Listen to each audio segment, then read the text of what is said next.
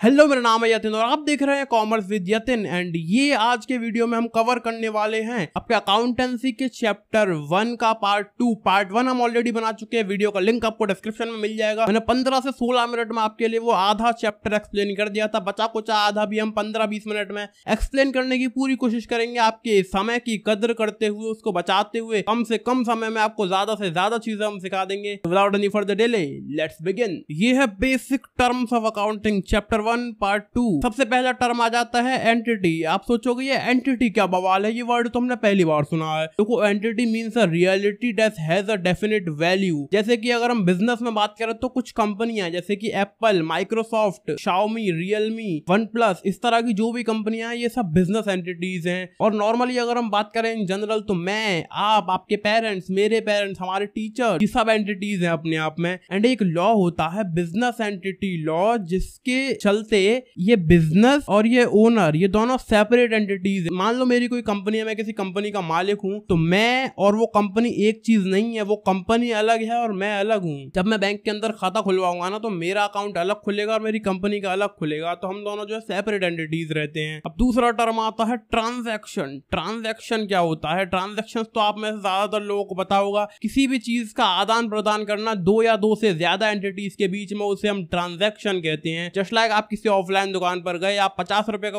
कोई सामान खरीद कर लाए, उन्होंने आपको वो सामान दिया एंड आपने उनको 50 रुपए दिए शॉपकीपर को। That is called a transaction. ये कस्टमर टू बिजनेस भी होता है, बिजनेस टू बिजनेस भी होता है, अलग अलग प्रकार के ट्रांजैक्शंस होते हैं। तो भैया आगे बढ़ते हैं। अगला है हमारा एसेट्स। हमने पिछले वीडियो में आपसे कहा था एसेट्स के बारे में आप आगे बढ़ोगे, आगे आ चुके हैं हम। देखो, एसेट और लायबिलिटी भाई सब दो चीजें होती हैं। इनको मैं एकदम सिंपल वे में आपको एक्सप्लेन कर दे रहा हूँ। ये एसेट पहला वर्ड है, आगे ये और है दूसरा लायबिलिटी। इन दोनों में जो किताब में लिखा है वो लिखा, उसे छोड़ो, मैं आपको सिंपल भाषा में, इंसानी भाषा में बताता हूँ। Asset is something which puts money into your pocket and liability is something which takes money out of your pocket. यानी एसेट वो चीजें हैं जो आपके पॉकेट में पैसा डालती हैं, एंड लायबिलिटी वो चीजें हैं जो आपकी पॉकेट से पैसा निकालती हैं। सपोज आपने कोई मकान खरीदा 100 गज का, और सिंगल स्टोरी 100 गज का मकान आपने खरीदा सपोज 30 लाख रुपए का। तो अगर आप उस मकान के अंदर खुद रहोगे तो वो आपके लिए एक लायबिलिटी है, यानी कि वो रोज रोज आपके जेब से पैसा निकालता रहेगा। उस मकान की आप मेंटेनेंस करोगे, उसके बिजली का बिल भरोगे, पानी का बिल भरोगे, उसके अलावा काफी सारे और बिल पेमेंट्स रहते हैं जो एक घर को अगर हम ओन करते हो तो हमको वो सब पे करने पड़ते हैं। लेकिन अगर आप उसी 100 गज के मकान को जो अपना 30 लाख रुपए का खरीदा था किराए पे उठा दोगे 10,000 रुपए महीने पे, तो आप साल के 1.25 लाख रुपए उससे कमा पाओगे एंड वो आपके लिए एक एसेट बन जाएगा। आई होप आप समझ पाए होगे एसेट्स एंड लायबिलिटीज के बीच में डिफरेंसेस। भाई सब गेट पे कोई आया, अब हमको जाना पड़ेगा, यहीं पे छोड़। I will be back. अब तक हमने जाना एसेट्स एंड लायबिलिटीज के बारे में। अब इन दोनों के बारे में थोड़ा सा डिटेल के अंदर घुस के जान लेते हैं। तो सबसे पहले आते हैं एसेट्स के पास। एसेट्स होते हैं दो प्रकार के, non current and current assets. Non current assets वो होते हैं जो हमको लॉन्ग टर्म में फायदा देते हैं, जो 1 साल से ज्यादा के ड्यूरेशन तक हमारे जेब में पैसा ला के देते रहे हमको। और करंट एसेट्स वो होती हैं जो 1 साल के अंदर ही अंदर खत्म हो जाएं, 1 साल के अंदर अंदर हमारे जेब में पैसा ला रहे हैं, उसके बाद लाना बंद कर देते हैं, वो होते हैं करंट एसेट्स। देखो, नॉन करंट में आते हैं fixed assets. And fix assets के अंदर भी हम बात करेंगे फिक्स एसेट्स क्या होते हैं। तो सपोज हमने कोई शॉप परचेज करी अपना बिजनेस शुरू करने के लिए। मान लो मुझे कोई कंप्यूटर शॉप शुरू करनी है, तो मुझे जो है एक जगह पर एक दुकान परचेज करनी पड़ेगी, या तो किराए पर लेनी पड़ेगी, जैसे भी हो। मान लो मैंने उसको परचेज कर लिया, वो मेरे लिए फिक्स एसेट है एंड वो आएगा टेंजिबल एसेट्स के अंदर। टेंजिबल एसेट्स वो होती है जो हमको क्लियरली दिखाई दे रहे होते हैं, जिनको हम नाप सकते हैं, पैसे से तोल सकते हैं, वो होते हैं tangible assets. And intangible assets वो होते हैं जिनको हम पैसों से नहीं तोल सकते। जैसे कि हमारे शॉप पे जो एम्प्लॉयज काम करते हैं उनको हम पैसे से नहीं तोल सकते कि इस आदमी की 1 करोड़ रुपए वैल्यू है, इसकी 10 करोड़ है, इस तरह नहीं होता। वो इनटेंजिबल एसेट्स हैं, लेकिन वो फिक्स्ड एसेट है, लंबे समय तक हमारे लिए काम करता रहेगा एम्प्लॉय। ऐसा नहीं कि 1 साल में छोड़ के भाग लेगा, बस हो सकता है भाग जाए, लेकिन ज्यादातर जो है 1 साल से ज्यादा ही टिकेंगे। उसके बाद है कैपिटल वर्क इन प्रोग्रेस। जो भी काम करंटली चल रहा है वो हमको 1 साल से ज्यादा जो है फायदा देगा। उसके बाद है इंटेंजिबल एसेट्स अंडर डेवलपमेंट। कुछ इंटेंजिबल एसेट्स ऐसे भी होते हैं जो कि अंडर डेवलपमेंट चले, जो हमको दिख नहीं रहे हैं मगर चल रहे हैं, इनको पैसों से नहीं तोला जा सकता। खत्म, अगर डेवलपमेंट जो है चल रहा है। फिर आते हैं नॉन करंट इन्वेस्टमेंट्स, जो कि हमने ऐसे इन्वेस्टमेंट करके रखे हैं जो हमको सालों साल पैसा देते रहेंगे। हमने स्टॉक्स के अंदर इन्वेस्ट करके रखा है, हमने शेयर मार्केट में पैसा लगा के रखा बढ़िया अच्छा खासा, जो हमको सालों साल रिटर्न्स लाकर देता रहेगा, वो भी जो है नॉन करंट एसेट्स के अंदर आता है। फिर आते हैं डेफर्ड टैक्स एसेट एंड है long term loan advances, other non current assets, कुछ और भी नॉन करंट एसेट्स रहते हैं। अब करंट एसेट्स की बात कर ले तो जो हमको एक साल के अंदर अंदर पैसा ला के देते हैं उसके बाद खत्म हो जाते हैं। यहाँ पर है करंट इन्वेस्टमेंट, हमने कोई छोटा मोटा इन्वेस्टमेंट करके रखा है एक साल तक के लिए कि एक साल बाद जो है हम इस कंपनी से पैसा निकाल लेंगे। जहां पर भी हमने कोई इन्वेस्टमेंट करा है जो कि एक साल से कम के लिए करा है वो करंट इन्वेस्टमेंट में आएगा। फिर आएगा इन्वेंटरीज, हमने इन्वेंटरी में अपने स्टॉक में सामान अपने पास रख के रखा है। इन्वेंटरी क्या होता है ये भी जो है थोड़ा सा ज्यादा डिटेल में हम थोड़ा आगे बात करेंगे। फिर आते हैं ट्रेड रिसीवेबल्स, यानी कि हमारे पास कहीं से पैसा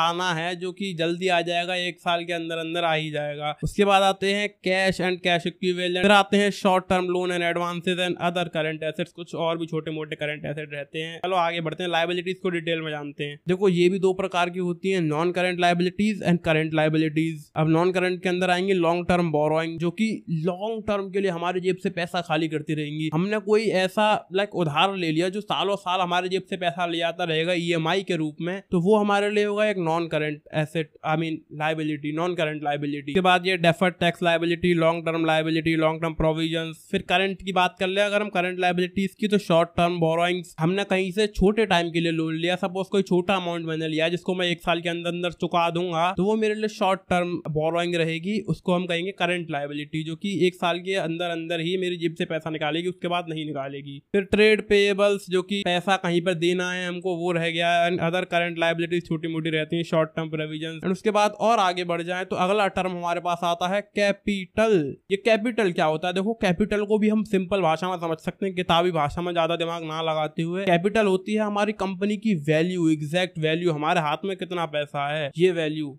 मान लो मैंने अपना बिजनेस शुरू करने के लिए 10 लाख रुपए की कोई दुकान खरीदी एंड साथ में कुछ कैश बिजनेस के अंदर डाला। मैंने 10 लाख की दुकान खरीदी, 10 लाख कैश डाला बिजनेस के अकाउंट के अंदर। मैंने या तो किसी से बोरो किया था या तो खुद अपनी जेब से डाला था, जो भी करा था। 10 लाख की दुकान होगी, 10 लाख कैश हो गया। फिर कुछ स्टॉक हमने खरीदा सामान बेचने के लिए, सपोज 5 लाख रुपए का, तो 25 लाख रुपए हो गई हमारी कैपिटल। That's it. अब फिर गेट पे कोई आ गया, फिर जाना पड़ेगा। हाँ तो गाइस हम एक बार फिर से वापस आ चुके हैं गेट खोल के, तीसरी बार। भैया कैपिटल की बात हो गई है, थोड़ा सा आगे बढ़ते हैं, बात करेंगे सेल्स की। ये सेल्स क्या होता है? सेल्स से आप समझ पा रहे होगे कोई सामान की बिक्री। आगे बढ़ो। फिर है रेवेन्यू। रेवेन्यू मतलब वो पैसा जो हमने अपना सामान या फिर सर्विस बेचकर कमाया है। उसके बाद और आगे बढ़ेंगे, फिर आता है एक्सपेंसेस। एक्सपेंसेस वो खर्चे जो हमें रेगुलर बेसिस पर करने होते हैं अपने बिजनेस को रन करते रहने के लिए, जैसे कि बिजली का बिल भरना, अपने अगर हमने किराए पे दुकान लेके रखी है तो उसका किराया पे करना, अपने एम्प्लॉइज को वेजेस यानी कि सैलरीज पे करना, एंड इस तरह के और भी खर्चे जो रेगुलर बेसिस पर होते हैं उसे हम एक्सपेंस कहते हैं। यार इतना लंबा वीडियो करवा दिया, अब मुझे एडिटिंग में धुआं निकल जाएगा बहुत बुरे तरीके से। गेट खोलने के हो गए हम बस अब। फिर अगला टर्म आता है हमारा एक्सपेंडिचर। एक्सपेंडिचर मतलब वो खर्चा जो हमने बिजनेस से पैसा कमाने के लिए किया है। अगर वहां पर खर्चे से ऐसी कोई चीज खरीद ले जो कि एक साल के अंदर एग्जॉस्ट हो जाएगी, खत्म हो जाएगी, तो उस एक्सपेंडिचर को हम कहेंगे रेवेन्यू एक्सपेंडिचर। और अगर कोई ऐसी चीज हमने परचेज करी है जो कि एक साल से ज्यादा भी चलेगी तो उस चीज को हम कहेंगे कैपिटल एक्सपेंडिचर, क्योंकि एक साल के अंदर चली जाएगी यानी कि रेवेन्यू ला कर देगी लेकिन फिर खत्म, तो उसे रेवेन्यू एक्सपेंडिचर हो गया। और एक साल से ज्यादा भी चलेगी यानी कि हमारे कैपिटल में उसकी कॉस्ट जो है एड ऑन होती चली जाएगी। कैपिटल आप समझ गए थे ना, कंपनी की वैल्यू जो ओवरऑल होती है। अगर एक साल से ज्यादा कोई चीज चलने वाली है, पैसा खर्चा करके हम कंपनी के अंदर लाए हैं, वो हमारे लिए होगी कैपिटल एक्सपेंडिचर। आता है प्रॉफिट। प्रॉफिट आप लोगों को पता होगा, प्रॉफिट बोले तो मुनाफा। हम देखो बहुत सारे खर्चे करते हैं बिजनेस के अंदर, बहुत सारे परचेजेस, बहुत सारी सेल्स, एंड उसके बाद जो लास्ट में काट पीट के पैसा बचता है हमारे लिए, उसे हम कहते हैं प्रॉफिट। फिर हमारा अगला टर्म है गेन। गेन भी आपको थोड़ा थोड़ा प्रॉफिट जैसा लग रहा होगा लेकिन ये काफी ज्यादा डिफरेंट है उससे। प्रॉफिट वो होता है जो हम रेगुलर बेसिस पर चीजें बेच कर प्रॉफिट कमाते, पैसा कमाते हैं वो। एंड गेन होता है मान लो हमने अपने कैपिटल में से कोई चीज बेच दी, कोई अपना फिक्स्ड एसेट बेच दिया, उसके बाद जो हमारे पास पैसा आता है उसे हम कहते हैं गेन। मान लो मेरे बिजनेस की कैपिटल जो थी 25 लाख रुपए थी, मेरे पास जो है 10 लाख की दुकान थी, 10 लाख की मशीनरी थी, एंड 5 लाख जो है मेरे पास कैश था, इस तरह से कुछ था। फिर क्या होता है हमारे बिजनेस जो है कुछ ऐसा हो जाता है कि हमें जो मशीनरी की कम जरूरत पड़ने लगती है, तो हम क्या करते हैं कुछ मशीनरी बेच देते हैं। सपोज 2 लाख रुपए का सामान मैंने अपना बेच दिया जो कि मुझे रेगुलरली काम आ रहा था, लेकिन कुछ रीजंस के चलते वो काम आना बंद हो गया और वो बेकार पड़ी है। मेरे पास मशीनरी 2 लाख रुपए की, तो मैंने क्या करा, उसको बेच दिया, 2 लाख रुपए कैश अपने पास ले लिया। वो 2 लाख रुपए पैसा जो आया वो होगा गेन। देन हमारा अगला टर्म है लॉस। लॉस से आप समझ गए होगे, वर्ड से ही लॉस बोले तो नुकसान। मान लो हमने परचेज करी अपने बिजनेस के लिए, फिर सेल करी और हुआ क्या कि हमारी जो परचेज थी वो सेल से ज्यादा रही, तो हम चले गए लॉस में। मान लो हमने 1 लाख रुपए का सामान खरीदा, रॉ मटेरियल, थोड़ी बहुत प्रोसेसिंग उसके ऊपर करके 20,000 रुपए की, 1,20,000 टोटल हमारी कॉस्ट आई कोई प्रोडक्ट बनाने में। वो प्रोडक्ट हमने 1 लाख रुपए में बेच दिया, तो हम 20,000 रुपए के नुकसान में रहे, वो होगा हमारा लॉस। आगे चलते हैं जो कि है डिस्काउंट। डिस्काउंट से आप समझ गए होगे,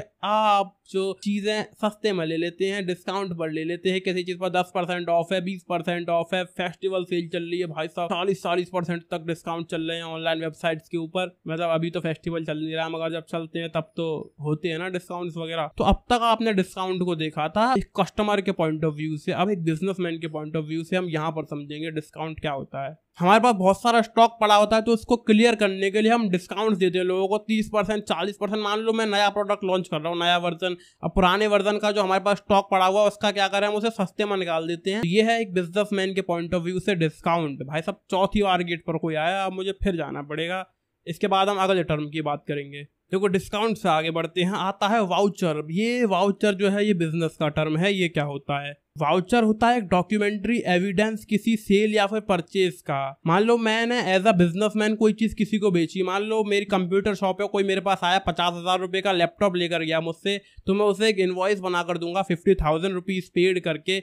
उन्होंने मुझे 50,000 रुपए पे कर दिए एंड मैंने उनको जो है उनका सामान दे दिया। वो एक एविडेंस हो गया हमारे पास रिटर्न फॉर्मेट में, उसे हम वाउचर कहते हैं। आगे बढ़ेंगे तो आएगा गुड्स। गुड्स क्या होता है आप समझ पा रहे होगे। गुड्स मतलब वो चीजें जो दिखती हैं उन्हें हम बेचते हैं। गुड्स एंड सर्विसेज दो चीजें होती है ना। गुड्स तो वो जो कोई सामान हम किसी को हाथ से दे रहे हैं, सपोज मैंने अभी एग्जांपल दिया था वो लैपटॉप का 50,000 रुपए का, वो मैंने किसी को दे दिया, डेट वाज द गुड। ये फिनिश्ड प्रोडक्ट्स होते हैं जो एक कंपनी बनाकर बेचती है। उसके बाद अगर हम आगे बढ़ेंगे तो आता है ड्राइंग। ये ड्राइंग क्या होता है? अब तक तो हमने वो ड्राइंग जो है आर्ट वाली सीखी थी। हमें अपने खर्चे चलाने के लिए भी पैसा तो चाहिए होता है, और मैं एक बिजनेसमैन हूँ, सारा पैसा जो वहीं से कमाता हूँ, कंपनी के अंदर जो है पैसा आता है उसे उसी में लगा देता हूँ, उसी में डाल देता हूँ। फिर जब मुझे अपने खर्चे करने होंगे तो मैं पैसा कहाँ से लाऊंगा? मैं उसी कंपनी के कैश में से अपने लिए कुछ पैसा निकालूंगा हर महीने। वो होती हैं ड्राइंग्स। जब ओनर अपनी कंपनी से कुछ पैसा निकालता है अपने पर्सनल नीड्स को सेटिस्फाई करने के लिए। अगला टर्म है हमारा परचेजेस। इसके बारे में भी आपको ऑलरेडी मैं बता चुका हूं पहले ही। हम अपने बिजनेस के लिए जो भी चीजें परचेज करते हैं, जो भी रॉ मटेरियल खरीदते हैं, उसे हम परचेज कहते हैं बिजनेस की भाषा में। हर भाषा में उसे परचेज ही कहते हैं। आगे बढ़ेंगे वो आता है स्टॉक। ये भी मैंने आपको पहले बताया था। इन्वेंटरी क्या होता है? जब हम अपनी कंपनी के अंदर प्रोडक्शन करते हैं चीजों का, तो हमारे पास काफी सारा स्टॉक रखा हुआ रहता है, जिसको हम इन्वेंटरी कहते हैं। आई मीन स्टॉक या इन्वेंटरी कुछ भी कह सकते हैं। हमने बहुत सारा सामान बनाया रॉ मटेरियल से,